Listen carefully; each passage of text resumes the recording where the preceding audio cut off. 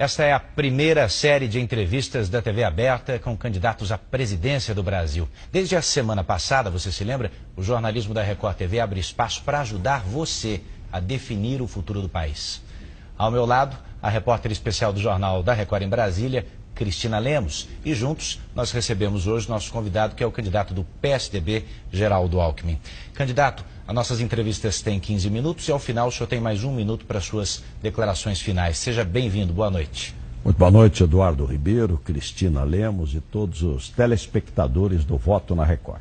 Eu começo perguntando o seguinte: dessa vez o senhor não chega para a disputa apenas como candidato do seu partido, o senhor chega como presidente do partido, presidente do PSDB. E o eleitor se lembra que tucanos importantes como Aécio Neves, Eduardo Azeredo e José Serra, neste momento têm os nomes envolvidos em graves escândalos de corrupção. Como é que o senhor acredita que o eleitor pode entender o senhor diferente de representantes do partido que o senhor mesmo comanda? Eduardo, quem errou tem que pagar. Não importa de que partido é. O que eu acho que a população deseja? A população deseja que haja justiça. Investiga, inocenta quem tem que inocentar, pune quem tem que punir. É isso que nós defendemos e é isso que nós acreditamos. Então, quem errou tem que pagar, não importa de que partido seja. Agora, é preciso mudar o modelo político. Eu defendo a reforma política, Cristina. O voto facultativo, ninguém deve votar por causa de multa. O voto é direito das pessoas, não deve ser obrigado. Até aquele que não vota está mandando um recado ao sistema político. Voto distrital misto e menos partidos, que não é possível ter 35 partidos mantidos com dinheiro público, como está acontecendo no Brasil. Governador, nessa eleição o senhor compôs com 8 legendas, com o PSDB 9, é a coligação mais extensa, mais complexa, por isso mesmo o senhor tem mais tempo na TV, mas o senhor também fica identificado com um certo modo tradicional de fazer política. O senhor representa a política velha? O que é o novo na política, Cristina? É a idade, ter 30 anos, não ter 60, nunca ter participado de uma eleição, ter administração pública, zero de experiência. Não, eu acho que o novo é defender o interesse coletivo, o interesse público, que foi dominado pelo corporativismo. E outra, você precisa ter maioria para fazer reformas, não basta ganhar a eleição. Precisa ganhar a eleição e fazer um bom governo, que é o que nós queremos fazer. Então, em janeiro, a reforma tributária, simplificação tributária, 5 impostos, a gente tem um só, que é o IVA, Imposto de Valor Agregado, reforma do Estado, diminuir o tamanho do Estado para poder recuperar investimento, que é o que gera emprego, investir em infraestrutura. Então, para fazer essas reformas, você precisa ter maioria, senão não vai fazer. O Brasil não vai mudar por voluntarismo ou no berro, no grito. Ele vai mudar com reformas. E para ter reformas, precisa ter maioria.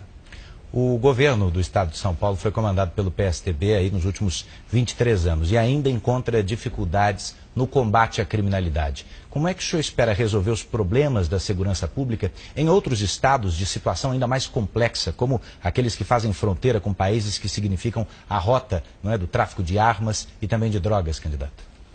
Olha, veja bem, Eduardo, acabou de sair o Atlas da Violência.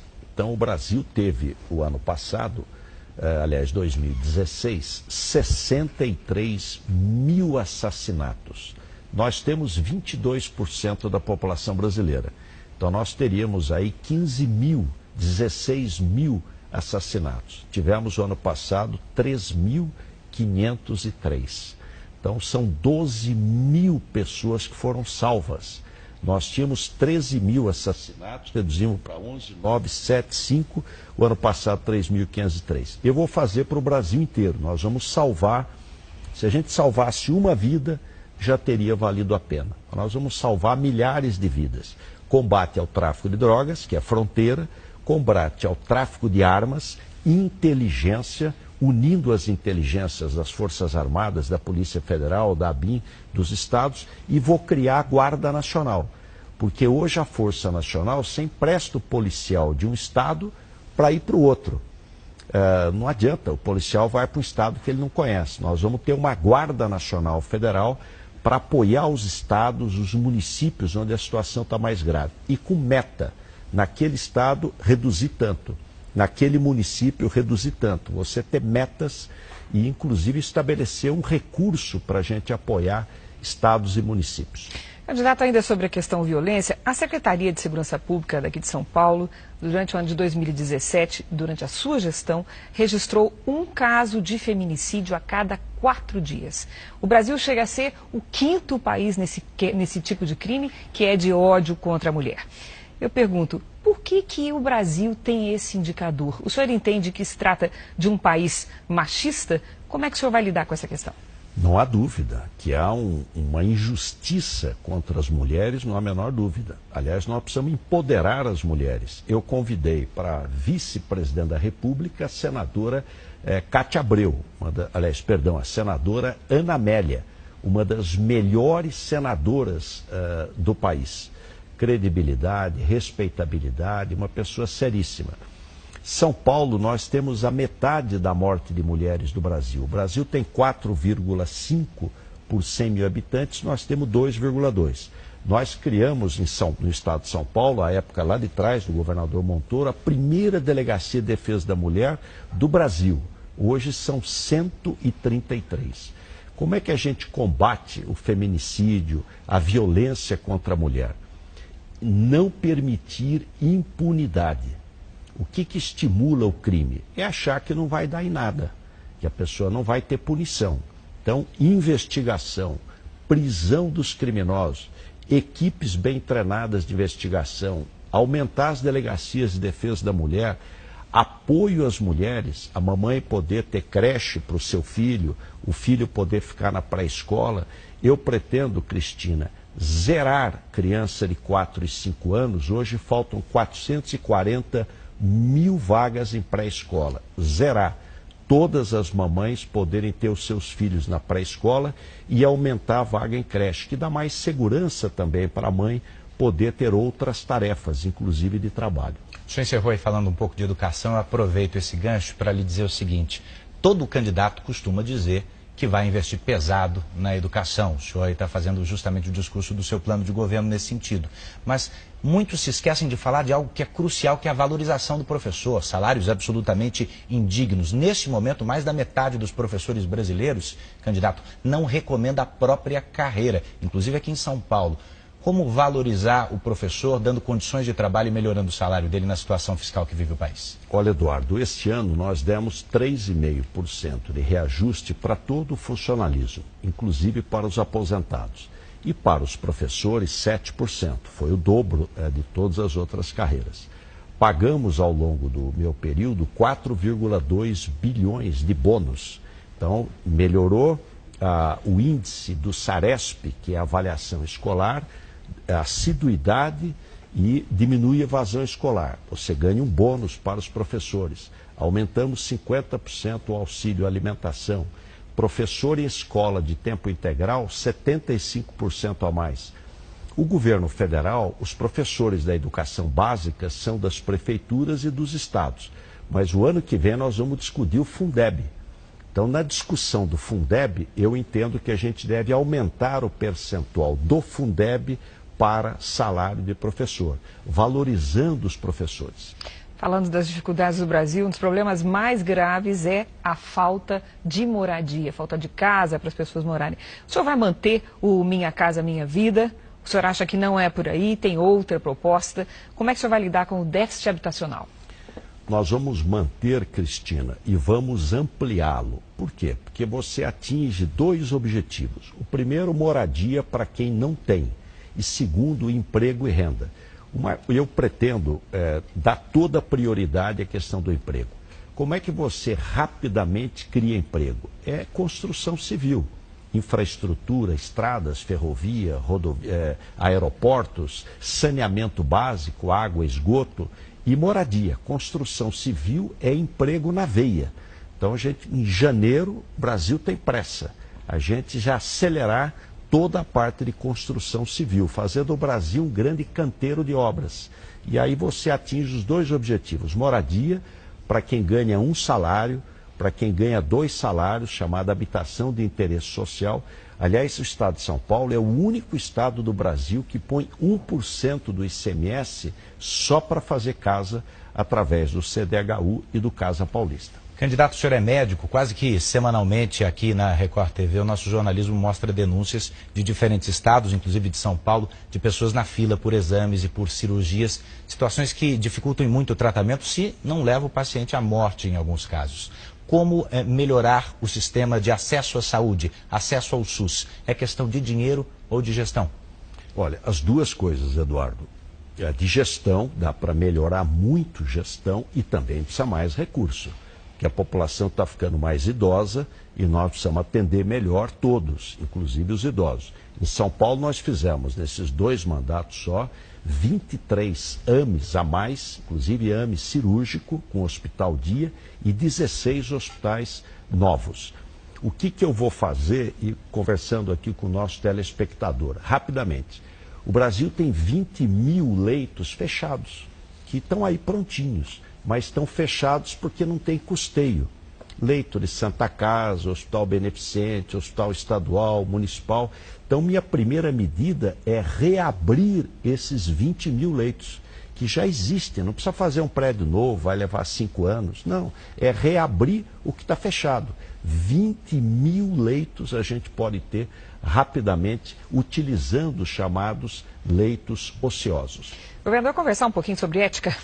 Olha, o Brasil é um país de terríveis desigualdades. E, não por acaso, consagrou-se neste país a expressão crime do colarinho branco, que é aquele praticado por pessoas de alto padrão social, econômico, etc. Eu lhe pergunto, como é que o senhor pretende combater esse crime na prática, de forma efetiva e rápida? É mais autonomia ao Ministério Público? É apoio ao Judiciário? O senhor imagina uma outra forma, por exemplo, da Polícia Federal agir? Como é que o senhor poderia nos exemplificar medidas práticas para enfrentar o crime do colarinho branco? Olha, Cristina, primeiro, reforçando a Polícia Federal. Eu até estive na associação dos delegados da Polícia Federal, e não só delegados, mas toda a Polícia Federal reforçá-la. Depois, todo o apoio ao Ministério Público e ao Poder Judiciário. A Lava Jato é uma conquista da sociedade. E também melhorando a legislação, tipificando no Código Penal o enriquecimento ilícito e invertendo o ônus da prova. O agente público, pode ser deputado, senador, diretor, o que for, ele tem que provar o seu patrimônio. Se ele não provar a origem do patrimônio, você tem o perdimento. Ele perde o patrimônio. Então, essa é uma mudança que eu diria histórica. Quer dizer, você vai inverter o ônus da prova. Você vai propor isso ao Congresso? Vou propor ao Congresso 2 coisas. Enriquecimento ilícito, tipificar no Código Penal, e a inversão do ônus da prova. O agente público tem que provar a origem do seu patrimônio. Se não provar, perdimento. O Brasil tem nesse instante cerca de 13 milhões de pessoas desempregadas, algumas delas em situação de rua, inclusive. Só na cidade de São Paulo são quase 30 mil moradores de rua. Se o senhor for para o Rio de Janeiro, é mais que o dobro. Qual é a sua proposta em relação a isso? Olha, Eduardo, essa é a questão para mim central. É como recuperar o emprego, né? Esse é o objetivo primordial. E dar a mão para aquele que está com mais necessidade. Nós vamos ter o CAD único para a questão da Bolsa Família. Então, ampliar o programa de Bolsa Família para aquele que está em situação de grande pobreza. Aumentar a oferta de emprego. Esse é o objetivo nosso, é rapidamente retomar a atividade econômica. Acho que se eu ganhar a eleição, vai ter muito investimento no Brasil e a economia vai crescer forte, porque nós precisamos de confiança para poder trazer investimento para o Brasil. Eu até criei em São Paulo uma frente de trabalho para os moradores de rua, dando um apoio financeiro para eles e requalificação profissional. Ensinar para ele uma profissão para ele reinserir no mercado de trabalho. Governador, eu vou propor para o senhor um exercício.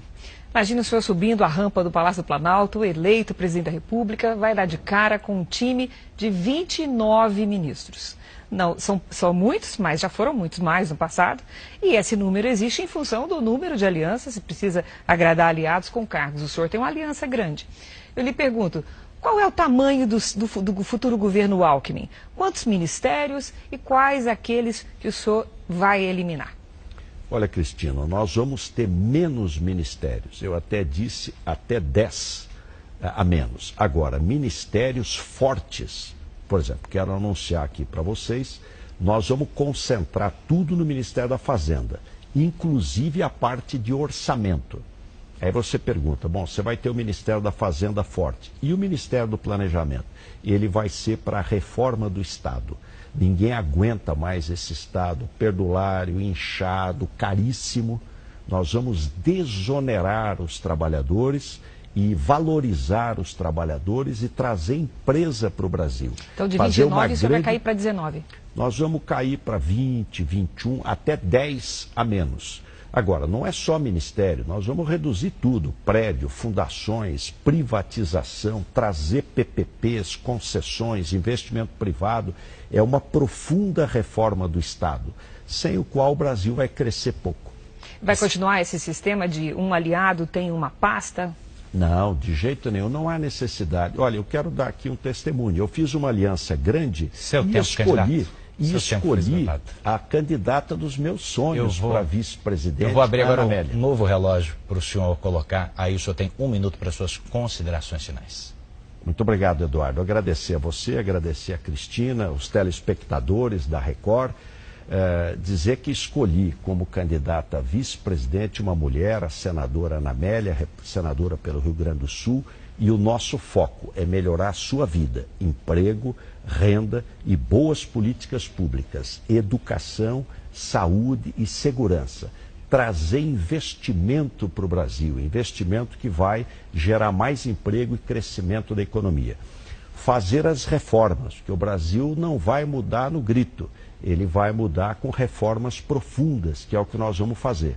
Para isso é preciso ter uma maioria e fazer rapidamente. O Brasil tem pressa. Janeiro, todas as reformas lá no Congresso. Simplificação tributária, para a gente poder atrair investimento.